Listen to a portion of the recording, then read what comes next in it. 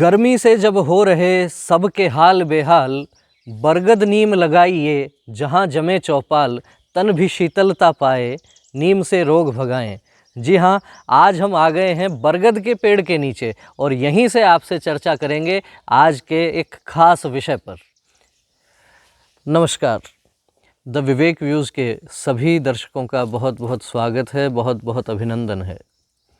विश्व पर्यावरण दिवस के अवसर पर मैं आप सभी दर्शकों का बहुत बहुत अभिनंदन करता हूं और आपसे चर्चा करता हूं एक ऐसे विषय की जो केवल किसी एक गांव, शहर, ज़िले या राज्य की समस्या नहीं है, अपितु किसी केवल एक देश की समस्या भी नहीं है। ये समस्या पूरी मानवता के लिए है, ये समस्या पूरी सृष्टि के लिए है, ये समस्या पूरे विश्व के लिए है। जी हाँ, जिस प्रकार से ग्लोबल वार्मिंग की बात होती है, जिस प्रकार से बात होती है पर्यावरण प्रदूषण की, तो आखिर इस समस्या का समाधान क्या हो सकता है? क्या इस समस्या का समाधान वे अंतर्राष्ट्रीय स्तर पर होने वाली बैठकें हैं जिनमें बड़े बड़े राष्ट्रों के प्रमुख या कहिए उनके प्रतिनिधि बैठकर एसी कमरों में बैठकर कुछ योजना रचना बनाते हैं?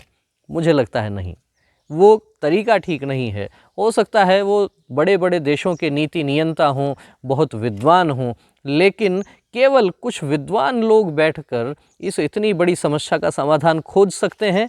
यदि ये संभव होता तो अब तक हो चुका होता, क्योंकि जहाँ तक मुझे जानकारी है लगभग 1970 के दशक से पूरा विश्व ग्लोबल वार्मिंग पर और पर्यावरण प्रदूषण पर अनेक बैठकें कर रहा है। लगभग आप मानिए 45 वर्षों से तो ये समस्या पूरे विश्व के सामने ज्यों की त्यों बनी हुई है, अभी तो हम कह सकते हैं कि लगातार विकराल रूप धारण करती आ रही है। तो आखिर इस समस्या का समाधान कहाँ से निकलेगा? समाधान निकलेगा भारत की भूमि से। जी हाँ, क्यों? इसलिए निकलेगा क्योंकि भारत को विश्व गुरु कहा गया है और विश्व गुरु भारत को कहा गया है इसलिए क्योंकि भारत सदैव प्रकृति का पूजक रहा है, सदैव प्रकृति के पर्यावरण के निकट रहा है और जो भी कोई समस्या इस मानवता के समक्ष चुनौती बनकर खड़ी होती है, उस समस्या का निराकरण भारत की जीवन पद्धति अपने आप बताती है। अब जब हम बात करते हैं पर्यावरण के समक्ष सबसे बड़ी चुनौती की, तो सबसे पहला विषय आता है पेड़ों की अंधाधुंध कटाई, वनों का कम होना, पेड़ पौधों का कम होना, तापमान, पृथ्वी का तापमान बढ़ना। तो पृथ्वी का तापमान भी इसीलिए बढ़ रहा है क्योंकि वन क्षेत्र कम हो रहे हैं, पेड़ पौधों की अंधाधुंध कटाई हो रही है, विकास के नाम पर जिस प्रकार से पर्यावरण का विनाश किया जा रहा है। तो आखिर इसका समाधान क्या हो सकता है? क्या हम विकास से मुंह मोड़ लें? नहीं, ये ठीक रास्ता नहीं होगा। विकास आवश्यक है, विकास होना चाहिए, लेकिन पर्यावरण का ध्यान रखते हुए विकास होना चाहिए। यदि उस विकास से पर्यावरण को नुकसान पहुंच रहा है तो उसकी पूर्ति किस प्रकार से हो सकती है, इस पर भी विचार होना चाहिए। और जब बात करते हैं पेड़ों की, बात करते हैं पर्यावरण की, तो हम राजस्थान के लोग हैं और हम बड़े गर्व से ये कह सकते हैं कि हम उस प्रदेश के लोग हैं जहां अमृता देवी जैसी अमर बलिदानी हुई हैं, जिन्होंने पेड़ों के लिए अपना जीवन आहूत कर दिया और केवल स्वयं ने नहीं किया अपितु अपने साथ के कितने सैकड़ों लोगों ने उनके नेतृत्व में अपना जीवन दांव पर लगा दिया। जी हाँ, जोधपुर के निकट एक छोटा सा गांव, वहाँ पर रहने वाली अमृता देवी, और जिस प्रकार से हम लोगों ने उनकी कथा पढ़ी होगी, सुनी होगी कि वहाँ के राजा को जब लकड़ियों की आवश्यकता हुई और सैनिकों को आदेश दिया कि कुछ पेड़ काट लिए जाएं, उन पेड़ों की रक्षा के लिए अमृता देवी अपनी साथियों को साथ में लेके, गांव के लोगों को साथ में लेके जिस प्रकार से पेड़ों के साथ चिपक गई और उन सैनिकों के समक्ष ये विषय रख दिया कि हमारा जीवन जो है वो इन पेड़ों की रक्षा के लिए, इस पर्यावरण की रक्षा के लिए हम हमारा जीवन भी आहूत कर सकते हैं। इस प्रकार का विचार उन्होंने रखा। ऐसी अमृता देवी के हम प्रदेश से आने वाले लोग यदि पर्यावरण दिवस पर कुछ आत्ममंथन करें, कुछ चर्चा करें, कुछ आस पड़ोस में विमर्श करें, इस विचार को कुछ आगे बढ़ाएं, तो शायद उन्हें सच्ची श्रद्धांजलि होगी। और बात पेड़ों की करते हैं तो वास्तव में मुझे एक बात ये भी याद आती है कि गांव के आसपास का हम लोगों ने जो वातावरण देखा होगा, जो हम लोगों ने आज के 20 साल पहले, 25 साल पहले जिस प्रकार से गांव देखे हैं, अब उन गांवों का भी जो विस्तार हो रहा है, उस विस्तार ने भी हम कह सकते हैं कि पर्यावरण की बलि ले ली है। जी हाँ, जिस प्रकार से जनसंख्या बढ़ रही है तो लोगों को रहने के लिए घर भी नए बनाने पड़ रहे हैं, और जब नए घर बन रहे हैं या नई सड़कें बन रही हैं, नई फैक्ट्रियां लग रही हैं, औद्योगिक क्षेत्रों का विकास हो रहा है, सब तरफ विकास हो रहा है, लेकिन विनाश केवल और केवल पर्यावरण का और प्रकृति का हो रहा है। अब इसका निराकरण किस प्रकार से हो सकता है, तो हमारे मनीषी ऐसा कहते हैं, हमारे ऋषि महर्षि ऐसा कहा करते थे कि यदि आपको एक पेड़ की आवश्यकता है, एक पेड़ यदि आपको काटना पड़ रहा है, तो उसके एवज में आप 10 पेड़ लगा दीजिए। जी हाँ, पेड़ लगाने के समान कोई पुण्य का काम नहीं है। अब हम बात करें कि सरकारों ने तो इस क्षेत्र में बहुत काम किया है, बिल्कुल किया है, लेकिन किस तरह का काम किया है? पिछले 25-30 वर्षों का पौधारोपण आप उठाकर देख लीजिए, किस प्रकार के पेड़ पौधे लगाए जा रहे हैं। इसमें भी थोड़ा सा बुद्धि का उपयोग करना आवश्यक है। सड़क के किनारे आप देखेंगे अनेक स्थानों पर आपको केवल यूकलिप्टस, नीलगिरी जिसको बोलते हैं, सफ़ेदा जिसको हम लोग बोलते हैं, उसके पेड़ देखने को मिलेंगे। क्या वो भारत की जलवायु के लिए और ख़ासतौर पर राजस्थान की जलवायु के लिए अनुकूल है? नहीं। रिसर्च ऐसा बताती है कि वो जो पौधा है, वो जो पेड़ है, वो भारत के लिए अनुकूल नहीं है। वो ख़ासतौर पर ऐसे क्षेत्रों पर लगाया जाने वाला पौधा है जहाँ दलदल रहता है, जहाँ पानी, मिट्टी में पानी की अत्यधिक मात्रा होती है, वहाँ वो भूमि से पानी का शोषण वो सोखता है और भूमि का पानी जो है वो समाप्त करता है। अब जब राजस्थान जैसे क्षेत्र में जहाँ पानी का पहले से संकट है, वहाँ यदि आप यूकलिप्टस लगा देते हैं तो वो तो कोढ़ में खाज का काम करने वाला है। हमारे यहाँ पुराने समय में लोग बरगद और पीपल के पेड़ लगाते थे। ये वीडियो भी हम बरगद के पेड़ के नीचे बैठकर ही शूट कर रहे हैं।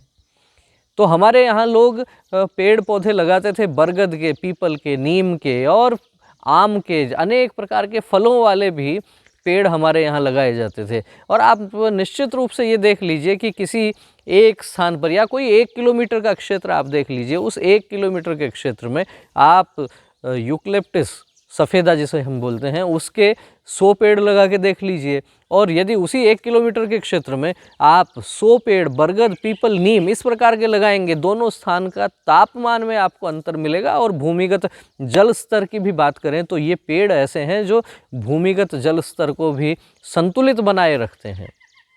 साथ ही हम बात ये भी करेंगे कि हमें जिस प्रकार से खुली जगह जो होती हैं, जहाँ पशु पक्षियों का स्थान है, चारागाह की भूमि जिसको कह सकते हैं, पहाड़ों का क्षेत्र जो होता है, उनमें भी पेड़ पौधों में किस प्रकार के पेड़ लगाए जाएं। बारिश का मौसम आने वाला है, छोटा सा प्रयोग हो सकता है, अनेक स्थानों पर लोग कर रहे हैं। सीड बॉल का नाम आप लोगों ने सुना होगा। सीड बॉल लोग बनाते हैं, अनेक प्रकार के जो बीज होते हैं उनको एक मिट्टी के अंदर, मिट्टी की बॉल बना के उस मिट्टी के अंदर वो बीज इकट्ठे करके, और पहाड़ी क्षेत्र में आप जब भी जाते हैं वहाँ उस सीड बॉल को आप फेंक देते हैं, वो बीज यत्र तत्र सर्वत्र चारों तरफ फैल जाते हैं, और बारिश में वो जो मिट्टी के नीचे बीज लग गया वो अंकुरित होकर एक नया पौधे का स्वरूप लेने लगता है, और धीरे धीरे धीरे धीरे अपने आप वो पौधा जो है अपने आप बड़ा होता है। और किस प्रकार से होता है, मुझे 4 पंक्तियाँ याद आ गई हैं, वो भी आप के साथ मैं साझा करना चाहता हूँ कि जो ज़िंदगी से लड़े होते हैं, अपने पैरों खड़े होते हैं, मिटते देखे हैं सहारों वाले, पेड़ जंगल के अपने आप बड़े होते हैं। जंगल के पेड़ों को कोई ट्री गार्ड की आवश्यकता नहीं होती है, विषम परिस्थितियों में भी वो अपने आप बड़े होते हैं, अपने आप तैयार होते हैं, परिस्थितियों से लड़कर तैयार होते हैं। तो इस बारिश के मौसम में हम अपने आसपास के कोई पहाड़ी क्षेत्र में जाकर क्या इस प्रकार का कोई प्रयोग कर सकते हैं? क्या हम वहाँ पर पौधारोपण की कोई योजना बना सकते हैं? क्या हम सीड बॉल वाला प्रयोग कर सकते हैं? इन पर विचार करना आवश्यक है। साथ ही ऐसे गाँवों के लिए भी विचार करना आवश्यक है जहाँ पर बंदरों का आतंक होने लगा है। मैं इस लॉकडाउन में हमारे गांव अजीतगढ़ में रहा, और पिछला लॉकडाउन था उसमें लगभग ये स्थिति थी कि हर दिन रोज़ सुबह वानरों की सेना आया करती थी। लोग बड़े परेशान हुआ करते थे, छत पर कुछ सामान नहीं छोड़ सकते। आखिर अजीतगढ़ पहाड़ों से घिरा हुआ है 2 तरफ से, दो तरफ से पहाड़ों से घिरा हुआ है, उसके बावजूद भी बंदर वो पहाड़ों को छोड़कर क्यों हमारे गाँव में आने लगे। तो मैंने यूँ विचार किया, मुझे ध्यान में आया कि शायद इसके पीछे बड़ा कारण ये है कि पहाड़ों पर उन बंदरों को खाने पीने को कुछ नहीं मिल रहा। यदि हम उन पहाड़ों में ये व्यवस्था उनकी कर दें, उनके भोजन की व्यवस्था कर दें, तो वो क्यों शहर में आएंगे। तो इसका बहुत अच्छा तरीका ये हो सकता है, बारिश का मौसम आ रहा है, क्या हम हमारे आसपास के पहाड़ी क्षेत्र में 500-500 पेड़ पौधे, फल वाले पेड़ पौधे यदि यहाँ लगा देते हैं। क्योंकि अभी यदि पहाड़ की भी स्थिति हम देखते हैं तो अधिकांश स्थानों पर खेजड़ी और बबूल इसी प्रकार के कांटों वाले पौधे मिलेंगे और उनमें बंदरों को खाने के लिए कुछ नहीं मिलेगा। तो बरगद लगाया जा सकता है, बरगद, पीपल, इनके भी जो छोटे छोटे फल होते हैं वो भी बंदर बड़े चाव से खाते हैं। और इनके साथ नीम लगाई जा सकती है, शहतूत हो सकता है, जामुन हो सकती है, आम के पेड़ हो सकते हैं, बील हो सकता है, आंवला हो सकता है। ऐसे अनेक प्रकार के फल वाले पौधे, शहतूत बहुत आसानी से लग जाता है, एक बार जहाँ लग जाता है वहाँ आसपास में 10-20 पौधे उसी एक पेड़ से और तैयार हो जाते हैं। ये स्थिति नीम की है।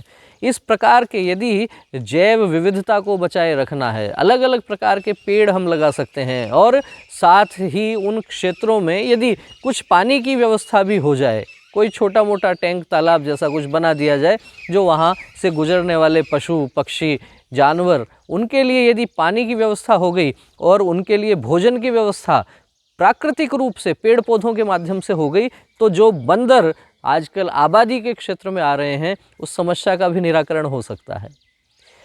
तो ध्यान रखने वाली बात यह है कि यदि सड़क के किनारे पौधारोपण किया जा रहा है, या घर आंगन में पौधारोपण किया जा रहा है, या जंगलों में पौधारोपण किया जा रहा है, उसमें थोड़ा सा हम उपयोग करें बुद्धि का, थोड़ा सा हम व्यावहारिक होकर सोचें कि यदि कोई दिक्कत नहीं है। मेरी अनेक लोगों से चर्चा ये भी हुई है कि घर पर फलों वाले पौधे नहीं लगाना चाहते। क्यों नहीं लगाना चाहते? अब पक्षी आ जाते हैं, या जानवर आ जाते हैं, या बंदर आ जाते हैं, वो खा जाते हैं। कोई दिक्कत नहीं है, किसी के पेट में तो जा रहा है। हमारे घर पर भी कुछ पौधे लगे हुए हैं, फल वाले पेड़ पौधे लगे हुए हैं, और इस स्थिति से हम खुद भी जूझते हैं कि जो भी फल आते हैं उसमें 60 से 70% तक फल बंदर तोड़कर ले जाते हैं। लेकिन मुझे बड़ी प्रसन्नता है इस विषय में।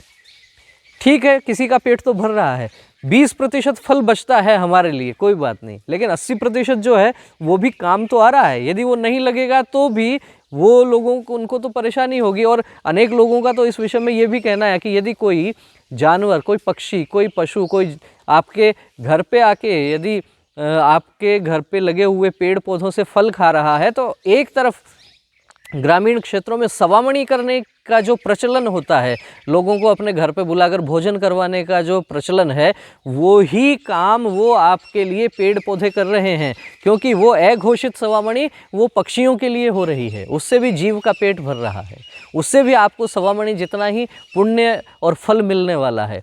इसलिए बेखौफ होकर, निश्चिंत होकर अधिक से अधिक फल वाले पौधे लगाए जाएं। सुंदरता वाले पौधे हमने बहुत लगा लिए, अब सुंदरता के साथ में हमें प्रकृति के बारे में विचार करना है, हमें पर्यावरण के बारे में विचार करना है। मैं तो जयपुर शहर में अनेक मंदिरों में जाता आता हूँ, वहाँ भी देखता हूँ स्थितियाँ बदल गई हैं। मंदिरों में भी अब केवल सुंदरता वाले पेड़ लगने लग गए।